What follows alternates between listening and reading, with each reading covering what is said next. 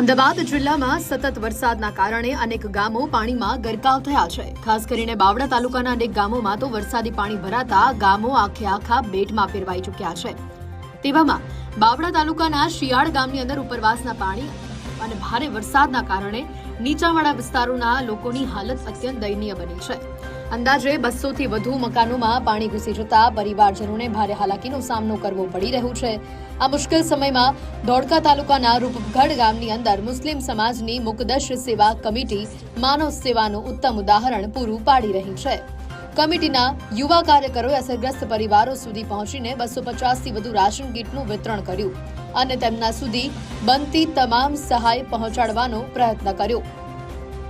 આ માનવતાભર્યા કાર્યને સ્થાનિક લોકો બિરદાવી રહ્યા છે। આપત્તિના સમયમાં સમાજ સેવાનું આ ઉત્તમ ઉદાહરણ સામે આવ્યું છે અને લોકો માટે તે પ્રેરણારૂપ પણ સાબિત થઈ રહ્યું છે। મારું નામ ખટુમરા ઇસ્માઇલભાઈ રહેમાનભાઈ છે અને હું રૂપગઢ ગામથી આવ્યો છું। આ અમારી મુસ્લિમ નોજવાનની કમિટી છે।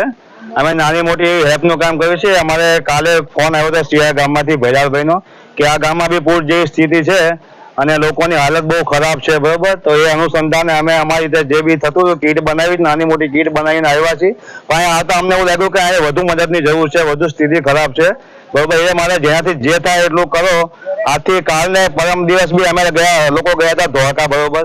ધોળકા બી અમે પાણી બી વેચ્યું, ખાવાનું બી વેચેલું છે અને પછી આ ગામમાં આવ્યા છીએ। આમાંથી જેટલું થાય એટલું અમે કરવી છે। આટલા અમારા યુવાનો છે, નોજવાન મુસ્લિમ યુવાનો, એ બધા થોડોક ફંડ કરીને અમે આ બધું કરવી છે। અમે કોઈ જ્ઞાતિ જોતા નથી, દરેકને મદદ થાય એવું અનુસંધાન કામ કરવી છે અમે।